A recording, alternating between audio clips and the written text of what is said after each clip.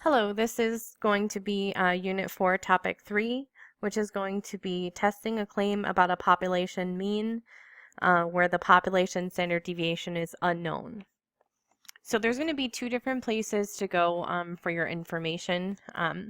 The first is going to be the Topic 3 material folder where you'll have the blank as well as the solutions. I have these open here. I did just drop the reference tables into each of the folders. I also am going to add the data sets for this into the data sets folder.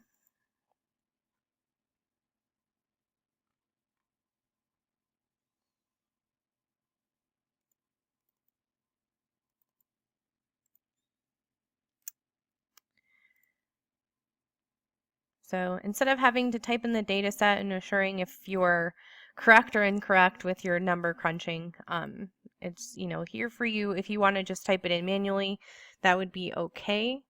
We have 4 problems here. This one is the classroom only. So it was already in the scan, so I just left it. And this is something where we would collect our own information in class. We do a lot of information that we collect on our own in class, which is one thing being in the online section that you do miss. We do a few experiments and other things like that. So you're kind of just getting the official technical stuff of it. So also I have down here the answers. So we go in class only. And only one of these has data given to you. So I'm emphasizing this because when we go on to do these hypothesis tests in Stata, what we'll find is there's 2 different tests. So according to our reference tables, this is dictated to us. And we could have done this with the previous section. If you want to go back and check that out, check your answers using these, that's completely optional and up to you. But for the rest of the tests in this unit, we're going to be using Stata alone. So here are the 2 new pieces of our reference tables we need to look at. So this would be topic 3 on this right column. And so there's 2 different situations. The first situation is you already have the summary statistics.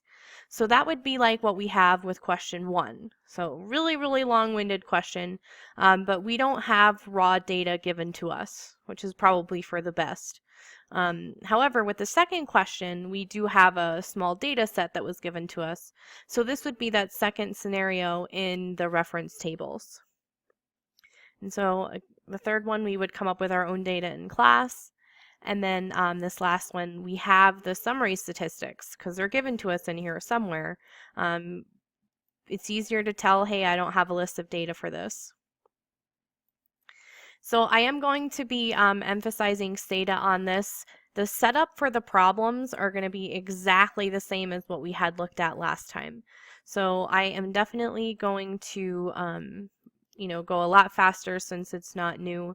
I'm going to start to emphasize things that I'm hoping will become, permanent knowledge that you eventually have. It'll be slightly deeper understanding of hypothesis testing. But in general, it's another test. It's another 7 steps. We start to get nice and comfortable, and it comes down to just identifying what does this problem want me to find? What do they want to know? So this is from an actual journal article about playing active video games and increasing energy expenditure in children from the Pediatrics Journal. And so their basis of comparison for these video games was the mean heart rate for just walking on a treadmill. So 1.62 miles per hour obviously isn't very fast, but it still is mobile compared to just sitting down and playing a traditional video game, which you think as being pretty immobile. So this is their setup, the population that they're looking to compare to. So to see if playing active video games is comparable to this, for each of 14 boys, our sample size, in the same age category, their heart rate was measured after 15 minutes of Wii bowling. So you can't just get number happy. There's a 15 we want and a 15 we don't want. So 15 minutes is just what they thought would be a fair comparison. So, I mean, a lot of times in class, people are just like, hey, well, comparing 6 minutes to 15 minutes is, not fair. But they are trying to determine if this action of walking for this speed is equivalent to 15 minutes of playing Wii bowling. So it doesn't matter that the time is different as long as they're mentioning that time is different. So the 14 boys after 15 minutes had a sample mean and a sample standard deviation of 101 beats per minute and 15 beats per minute respectively. So 101 is pretty close to 98. I'm thinking that we're going to say they're equal just out of instinct. We do have a new significance level that appears here, but you should be able to kind of adapt pretty smoothly if you understood topic 2 well. But otherwise, it's not really anything too wild. It's just a new cutoff value for us. Our confidence intervals will change as well. So determine if the sample provides convincing evidence that the mean heart rate after 15 minutes of Wii bowling is different from the mean heart rate after 6 minutes on the treadmill. Assume that the heart rates are normally distributed. That is very kind of them. I would want to know, hey, why are you saying this? Did you run some kind of test? But if we trusted that one, we're going for it. So number 1 is our step 1, our claim in setting up our hypotheses. Well, this one is a little bit different. We are looking to see that the mean heart rate is different from 6 minutes on the treadmill. So different than is a not equal to sign. So we're going to get a not equal to there. So our actual claim is that the mean is not equal to 98. Well, this definitely has to be H1 because it's the opposite of equality. It's inequality. And then our HO is going to be mu with just an equal sign. So our assumptions, random fails, but the normal population / sample size passes from our normal population being given to us. Sigma, our population standard deviation, is unknown. So they have to kind of knock you out with that, which they don't in this problem. They just say, hey, we did a sample and here are our results. So that's why I emphasize sample mean and a sample standard deviation. So we're going to have, will be a t-distribution because we're testing a claim about a mean with sigma unknown. And it's going to be a two-tailed test because we have a not equal to in our H1. So I wouldn't shade anything yet, but setting this picture up beforehand is really, really helpful, especially this. This is what you will forget if you forget something. So now the glory of what we're going to do is we are capable of doing this with the t-distribution and whatever, but we're going to start to use Stata, which I actually closed out of because I was going to open it with this data set here. So it doesn't matter that I opened it with this data set, it just has the data in the background. So what we want to do is we want to run, sorry, I'm clicking all over the place. We don't need that. We want to run a test with the summary stats already given to us. So we are going to go until we find the t-test calculator. So the language is always going to be calculator for if you already have the summary statistics, and then it'll be just a test if you have the data that you wanted to use. So I already have the mean and standard deviation and all that jazz. So we are going to go to summaries, tables, and tests, classical tests of hypotheses, and then we need the t-test calculator. So you could have used this to check yourself for the previous section. So I'm leaving that up to you, to the more savvy people, because that's kind of something extra. But the t-test calculator assumes that we already have our data, like summary statistics. So we have 14 boys. The sample mean was 101. Sample standard deviation is 15. The hypothesized mean, this is where people always kind of fall flat. Hypothesized sounds like hypotheses. So it's saying, hey, what are you saying is the mean for this group? So this number here always comes from what is in your claim, your HO and your H1. Now, every time I forget to set this up, I'm not kidding you, actually every time. So when you go down to step 7, line across, new picture, knowing that you're two-tailed, even though you haven't filled anything in yet, is going to be important with selecting your confidence level, because we already have 0.01 in two tails. So that means we're already symmetrical. So you would need 99% of confidence level in order to make up the difference, have this be 100% total. So this would be a 99% confidence level. And one sample, because even though we're talking about boys on treadmills and stuff, we're really focusing on the data that we have, which comes from the boys that did the Wii bowling. So when you hit OK, you get this nice little output window. It is not that bad. You get your T-score right here. Still round it to 2 decimal places.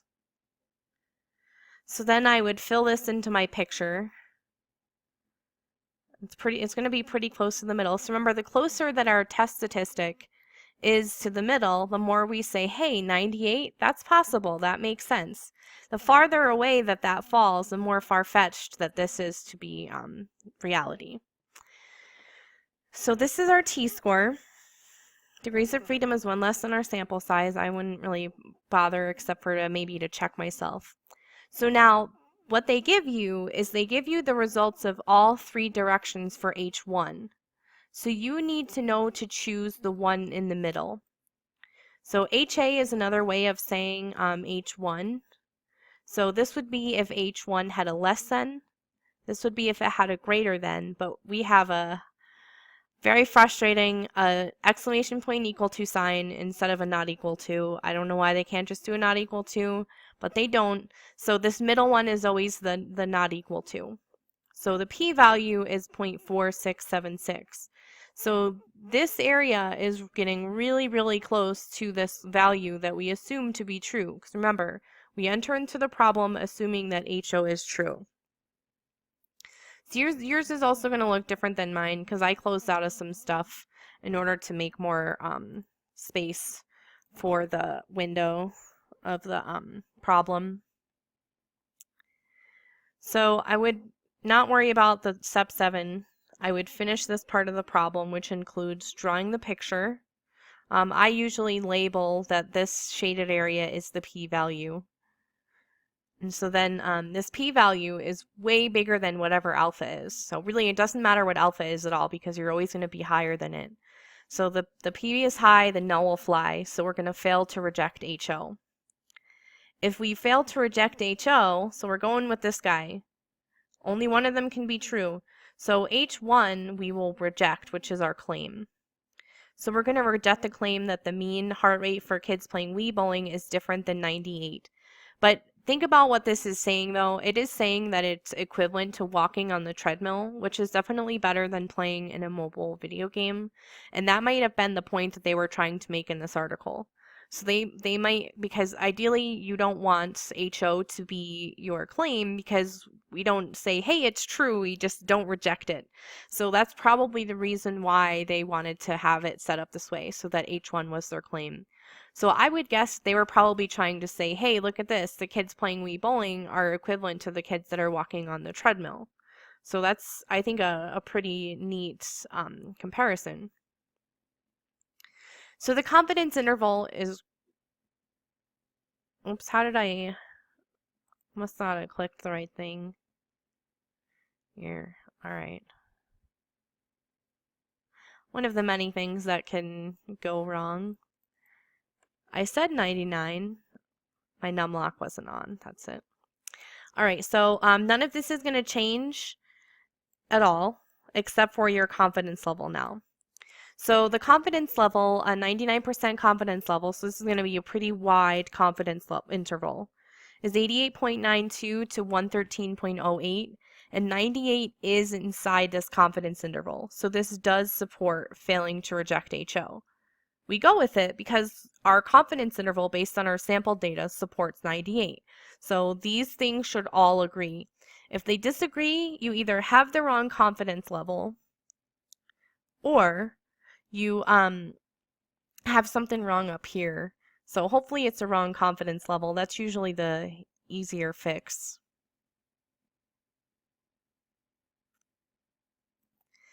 So the second question differs in that the data is given to you. You do have the option. So I now have the data, and since I opened this with the file, if you go to data editor, you will have it here. It just doesn't appear unless you request it. So you could find the summary statistics and approach the problem exactly the same way as we did with the previous one. However, if you round your mean and standard deviation, so let me actually find those because I want to prove to you that it's no bueno. All right, so this standard deviation, you'd have to round this somewhere. So the mean is beautiful. It's just 1 decimal place. But you'd have to round this standard deviation in the middle of a problem unless you typed in all the digits, but it still might be rounding. So when you have the data, you don't want to use the summary stats. You want to say, hey, I have the data in, the data editor.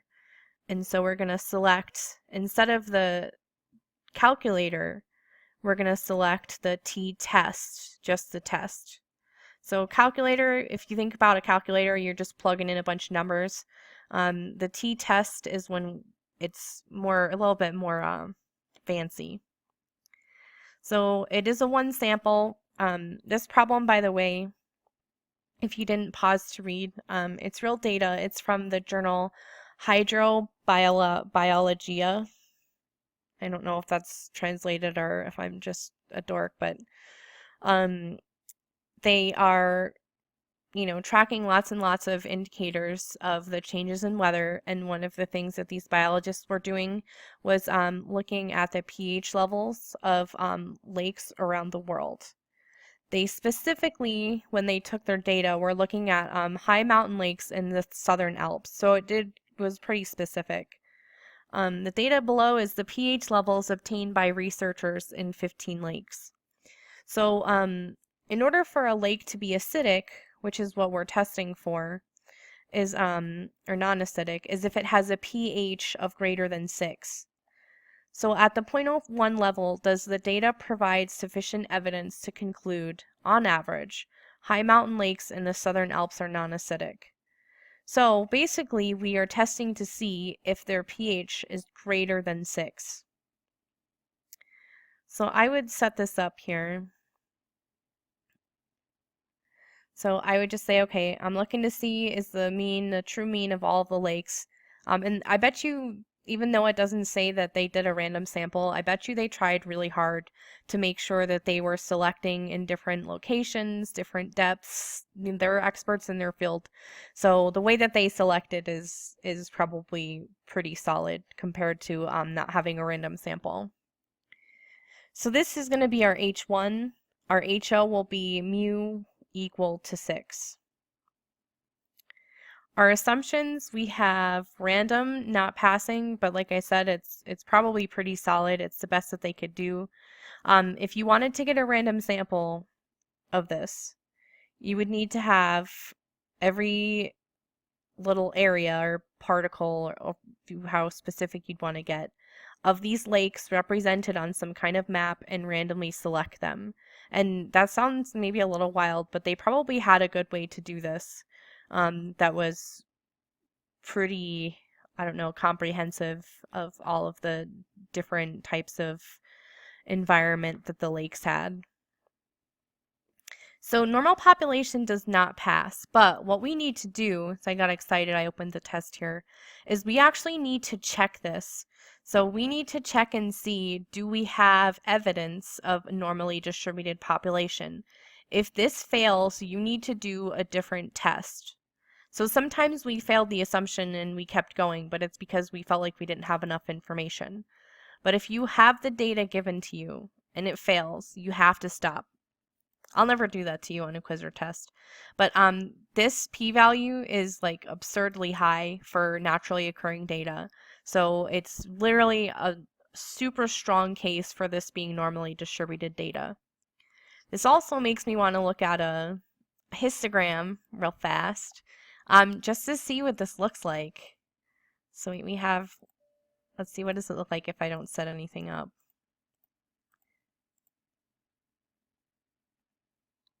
Well, we don't have a lot of bins, but it's definitely pretty bell-shaped. I'm going to set it up one more time with more bins. Yeah, do 10. Eh. It's not quite as pretty, but it definitely, it's following a pretty bell-shape-ish kind of thing. As the sample size gets larger, it gets much, so if this was a sample size of 1,000, it still probably would pass, but it would be on the lower ends. So, yeah, that's something to think about is, well, we're saying this is normally distributed, it also should look normally distributed. So we pass this and sigma is unknown. So now from here, I would draw this picture and I would label the mean is equal to 6 on it. And that's all that you would have here. You wouldn't have any of the stuff in the corner, but I would write that it is right-tailed. The other thing is setting up your confidence level. I almost forgot, I was getting click happy. So this is a right-tailed test, and we are allowing alpha 0.01 in our right tail. So we need to double this to make our confidence interval symmetrical. So this is going to be our very own first 98% confidence interval. So now, click happy, I can select my test. So you do the calculator if you already have all the numbers to punch in. You're going to do the t-test if you have a list of data that you need it to crunch for you. So our variable is var1. We're checking to see how our sample data compares to 6, and this drop-down menu has lots of stuff, but it doesn't have 98. So, and if you do a decimal value, it'll get mad, so you do have to put in the percentage, which is how they're always represented anyway. So when you hit OK, the first thing that I would write down is your step 3, which is your test statistic. Where does our evidence compare to this 6? So test statistic is pretty far out there, 3.46 with rounding. So what this means to me is that since this is so far away from our claimed value of 6, this is pretty far-fetched to be true. So I'm guessing we're going to reject this, which would actually be good in this case because this would be evidence of non-acidity, which I'm assuming that's good, right? So the p-value is going to be the shaded area, which we found ourselves in the past topic. But now for this one, we're going to select the right tail, and that's going to be 0.0019. So that p-value will be this guy right here. So once this has happened, so we set it up and then we get all this stuff right in a row. We shade our picture. The p-value is less than 0.01. Nothing, alpha will never be less than 0.01, so it's less than any threshold you would set at all. So the p is low, you're going to reject HO. However, the claim is H1, so this means, I guess, good news about our claim if we wanted our claim to pass. So we're going to support the claim that the lakes are non-acidic since their mean pH is greater than 6 statistically, based on our sample. Not a big sample, but we still have evidence to say, hey, 6, it's not it, it's actually greater than 6.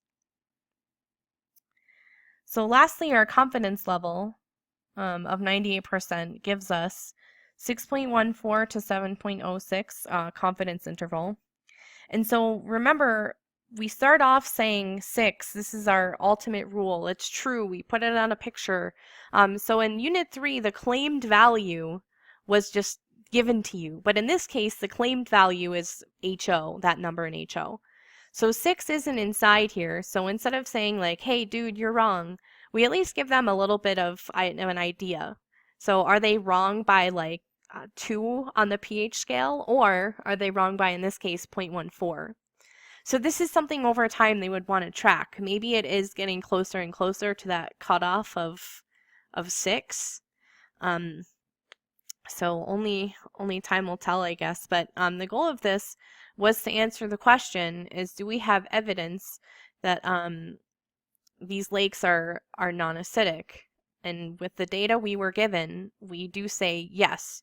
We do have evidence to suggest that the mean pH is greater than 6, which would also simultaneously suggest that they're non-acidic.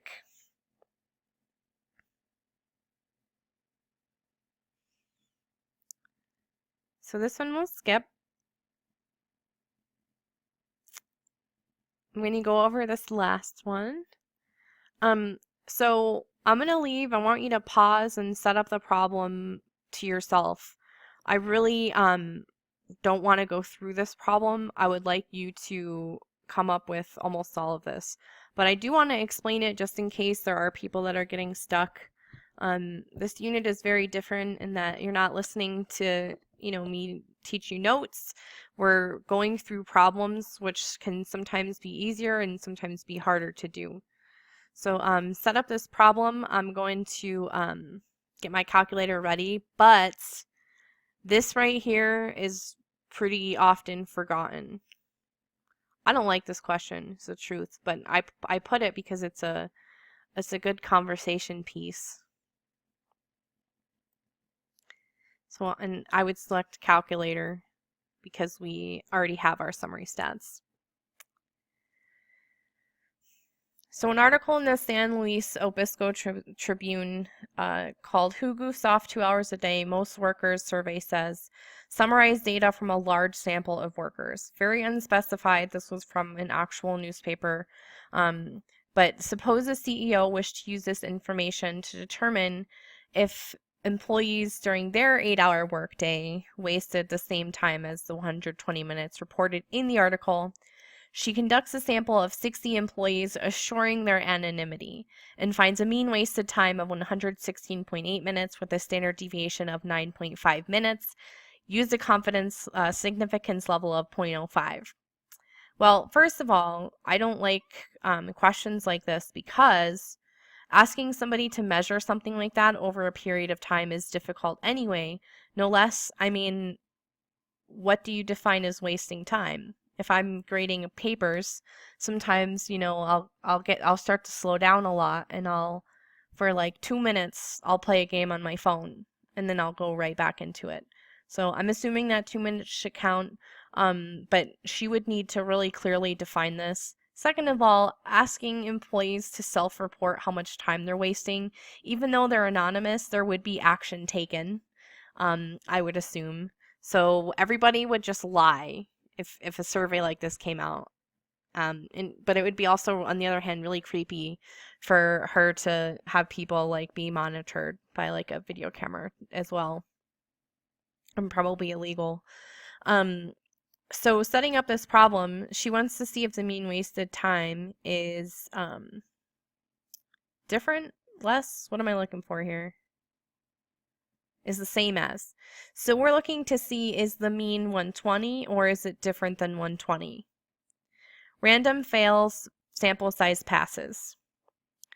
So our picture is going to be two-tailed, but I don't fill in the tails yet. Okay, so I just draw the picture, put in the 120, and put in where my tails are.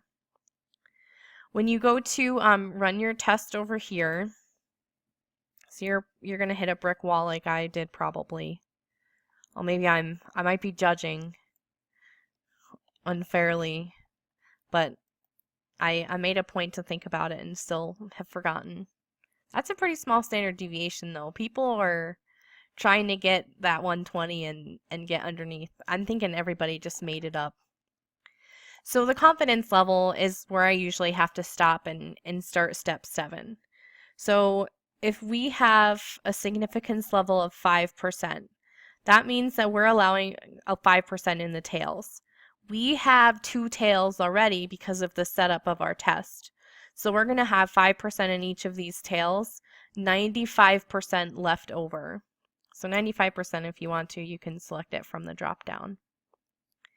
But then when you hit OK, it's just a matter of copying over, filling in your picture, and writing your statements. So the t-score, you need to put t equals. That is extremely important that you specify your distribution. But the t is negative 2.62. The p-value that we use will be the middle one because that's our not equal to, and that will be 0.0111. The p-value is less than alpha, which was again 0.05, so we reject HO.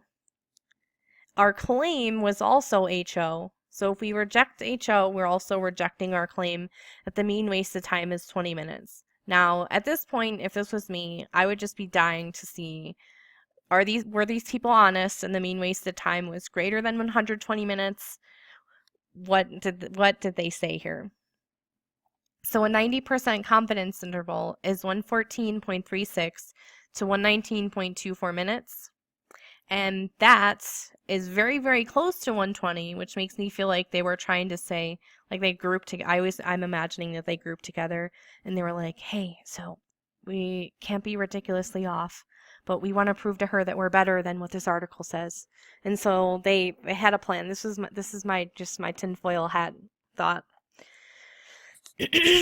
So they were less. So the MVD was 0.76 minutes less than that claimed value of 120. So you don't usually specify a direction with the MVD unless you write a full sentence, which in a perfect world you would. But I mentioned it in this case just because this problem personally kind of interested me. So as always, if you have any questions, please feel to shoot me an email.